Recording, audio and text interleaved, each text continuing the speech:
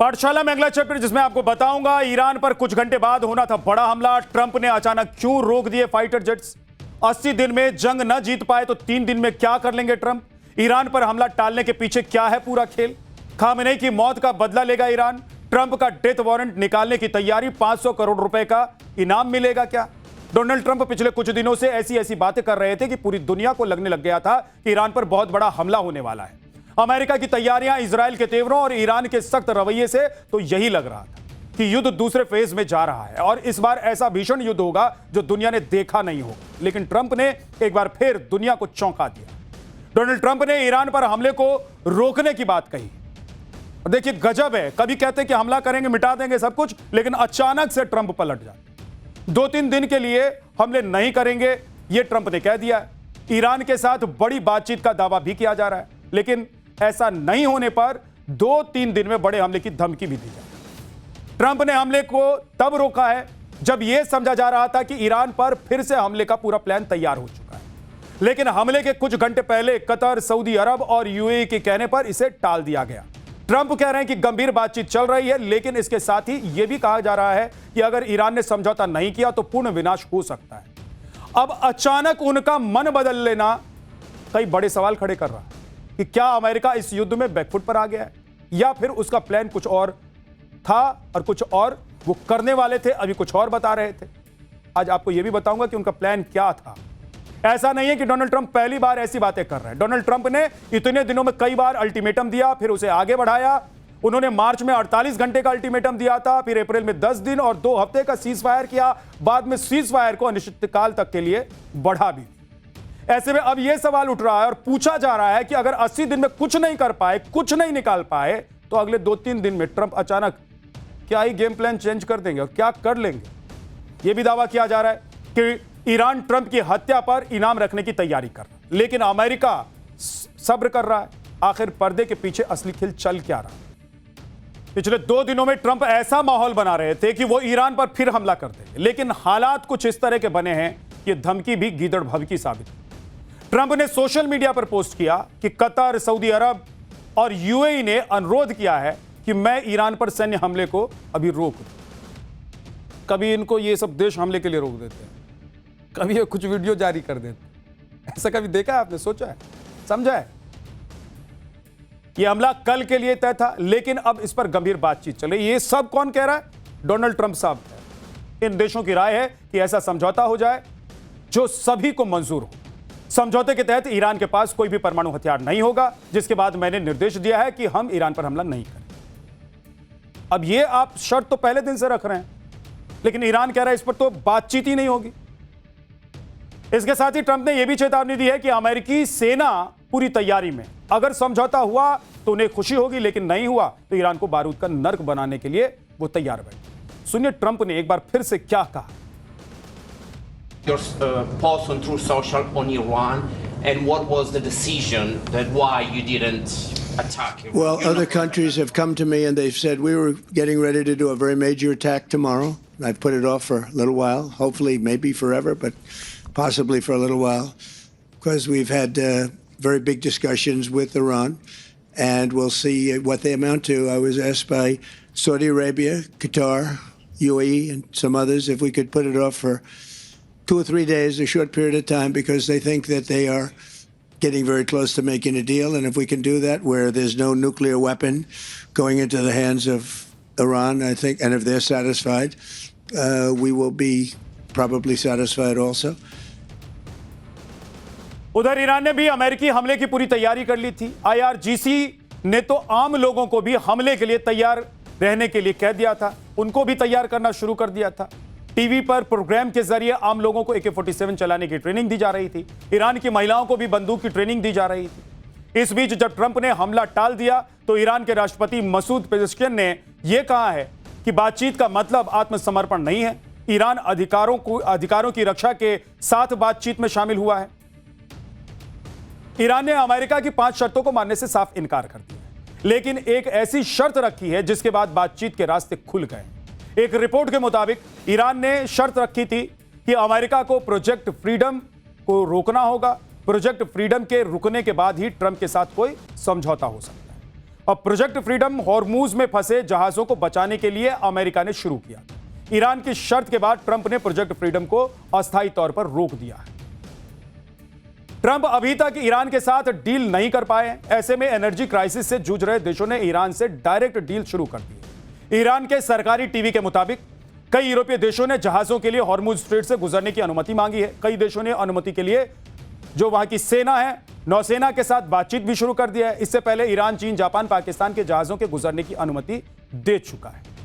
Hormuz पर Iran की IRGC ने पूरी तरीके से कब्जा कर रखा है। हर आने जाने वाले जहाज की निगरानी की जा रही है। अगर किसी भी जहाज पर संदेह होता है तो IRGC के जवान जहाज पर कब्जा कर लेते हैं। ऐसा ही एक जहाज को आज IRGC ने सीज कर लिया। वहीं आज हॉर्मुज के पास केशम द्वीप पर हमला हुआ। ड्रोन हमले के बाद भयानक आग लग गई। ईरान ने आरोप लगाया है कि अमेरिका ने ड्रोन से केशम द्वीप पर हमला कर दिया है। ट्रंप लगातार ईरान को धमकी दे रहे हैं, बर्बादी करने की बात कर रहे हैं और दूसरी तरफ ईरान भी हाथ बांधकर नहीं बैठा। ट्रंप और नेतन्याहू को मारने का प्लान ईरान भी बना रहा है। द टेलीग्राफ की एक रिपोर्ट के मुताबिक ईरान की संसद में ट्रंप और नेतन्याहू की हत्या का बिल पास हो सकता है। रिपोर्ट के मुताबिक दोनों नेताओं की हत्या करने वाले को 500 करोड़ रुपए का इनाम दिया जाएगा। ईरानी संसद का राष्ट्रीय सुरक्षा आयोग इस बिल की तैयारी में जुटा हुआ है। ईरानी संसद जल्द ही इस बिल पर वोटिंग भी करा सकती है। रिपोर्ट में यह भी कहा गया है कि आयतुल्लाह अली खामेनी की मौत के बाद यह कदम उठाया जा रहा है। पाठशाला में अब सुप्रीम कोर्ट के उस ऑर्डर का चैप्टर जो आवारा कुत्तों के आतंक को कंट्रोल कर सकता है। आखिरकार सुप्रीम कोर्ट को क्यों कहना पड़ा कि खतरनाक कुत्तों को मौत का इंजेक्शन दे? सुप्रीम कोर्ट ने और क्या क्या कहा? बीमार कुत्तों की परिभाषा क्या होगी? आपका पेट अगर बीमार पड़ा तो क्या होगा? पिछले कुछ समय से घर से बाहर निकलते समय यह डर बना रहता है कि कहीं कोई आवारा कुत्ता आपको हमला करके काट ना ले, आपके बच्चों को मौत के घाट ना उतार दे। बच्चे हों या फिर बुजुर्ग हों, वो डरते हैं। घर की लिफ्ट से लेकर सड़क तक कुत्तों के हमलों से बहुत से लोग गंभीर रूप से घायल हो चुके हैं। यह समस्या इतनी बढ़ गई कि पिछले साल 28 जुलाई को सुप्रीम कोर्ट ने आवारा कुत्तों के हमलों के मामले में स्वतः संज्ञान लेकर सुनवाई शुरू की थी, लेकिन आज इस मामले पर सख्त फैसला भी दे दिया। आखिरी फैसला सुनाते हुए आज सुप्रीम कोर्ट ने आवारा कुत्तों को लेकर जारी SOP के खिलाफ दायर सभी याचिकाओं को खारिज कर दिया। इस फैसले के बाद स्ट्रीट डॉग लवर्स को बहुत तगड़ा झटका लगा है, क्योंकि सुप्रीम कोर्ट ने साफ कर दिया है कि आवारा कुत्तों के खिलाफ जारी किए गए सख्त नियम नहीं बदले जाएंगे। आज सुप्रीम कोर्ट ने फैसला देते हुए यह टिप्पणी की कि संविधान ऐसे समाज परिकल्पना नहीं करता है जहां बच्चे और बुजुर्गों को अपनी किस्मत के भरोसे जीना पड़े। पिछले कुछ सालों में आवारा कुत्तों के हमले से बहुत से बच्चों को अपनी जान गंवानी पड़ गई है। अपने फैसले में आज सुप्रीम कोर्ट ने कहा है कि खतरनाक या रेबीज से संक्रमित आवारा कुत्तों को इंजेक्शन लगाकर मारा जा सकता है। लोगों की जान की हिफाजत जरूरी है। इसके साथ लोगों को कुत्ते के खतरे से मुक्त होकर सम्मान के साथ जीने का अधिकार जरूरी है। अपने आखिरी फैसले में कोर्ट ने सार्वजनिक जगहों से आवारा कुत्तों को हटाने के आदेश के खिलाफ दाखिल सभी याचिकाएं खारिज कर दी। कोर्ट ने कहा कि आवारा कुत्तों के पुनर्वास और नसबंदी पर नवंबर 2025 में दिए गए निर्देश ही लागू होंगे। जो अफसर उनका पालन न करें उन पर अवमानना का केस चले। दरअसल आपको याद होगा कि नवंबर 2025 में सुप्रीम कोर्ट ने स्कूल, अस्पतालों, बस स्टैंड, रेलवे स्टेशन और हाईवे जैसे पब्लिक प्लेसेस से आवारा कुत्तों को हटाने के निर्देश जारी किए। इसके अलावा सड़कों पर कुत्तों को खाना खिलाने पर भी बैन लगा दिया गया था। इसके बाद कई डॉग लवर्स और NGO इन निर्देशों को रद्द कराने के लिए सुप्रीम कोर्ट पहुंच गए थे, लेकिन आज सारी याचिकाएं खारिज हो गई। आज सुप्रीम कोर्ट ने अपने पुराने निर्देशों को जारी रखते हुए राज्य सरकारों को फिर से यह दोहराया कि राज्य सरकारें और पशु कल्याण बोर्ड आवारा कुत्तों को लेकर नियमों को मजबूत करे और सही तरीके से उसे लागू करे। हर जिले में पूरी तरह काम करने वाला एक ABC सेंटर यानी कि एनिमल बर्थ कंट्रोल सेंटर भी बनाया जाए। जहां आवारा कुत्तों की आबादी ज्यादा है वहां पर जरूरत के हिसाब से ABC सेंटर्स की संख्या भी बढ़ाई जाए। जनता की सुरक्षा को ध्यान में रखते हुए दूसरे सार्वजनिक स्थानों पर भी यह नियम लागू करने पर फैसला लिया जाए और उसे तय समय में लागू किया जाए। मेडिकल सेंटर पर एंटी रेबीज दवाओं की पर्याप्त मात्रा में उपलब्धता हो, यह सुनिश्चित किया जाए। NHAI नेशनल हाईवे पर आवारा पशुओं की समस्या से निपटने के लिए जरूरी कदम उठाए जाएं। रेबीज से संक्रमित और बेहद खतरनाक कुत्तों को कानून के तहत और जरूरत पड़ने पर यूथनेशिया यानी कि दया मृत्यु जैसे कदम उठाए जाएं ताकि लोगों की जिंदगी सुरक्षित रहे। कोर्ट के आदेश लागू करने वाले नगर निगम और सरकारी अधिकारियों को कानूनी सुरक्षा दी जाए। सामान्य तौर पर उनके खिलाफ FIR और सख्त कार्रवाई ना की जाए। दरअसल कई बार डॉग लवर्स ने प्रेशर बनाया और प्रेशर की वजह से आवारा कुत्तों के खिलाफ जो कार्रवाई रोकनी पड़ी, और सुप्रीम कोर्ट ने जो पिछली बार टिप्पणी की थी, जो कहा था, उसके बाद आज सुप्रीम कोर्ट का जो फैसला एक नजीर है। लेकिन अब सुप्रीम कोर्ट ने फ्री हैंड दे दिया है इस फैसले के साथ, अपने फैसले के साथ, कि अब आने वाले दिनों में लोगों की सुरक्षा, जो आम लोग हैं उनकी सुरक्षा बेहद जरूरी है, बुजुर्गों की सुरक्षा जरूरी है, बच्चों की सुरक्षा जरूरी है।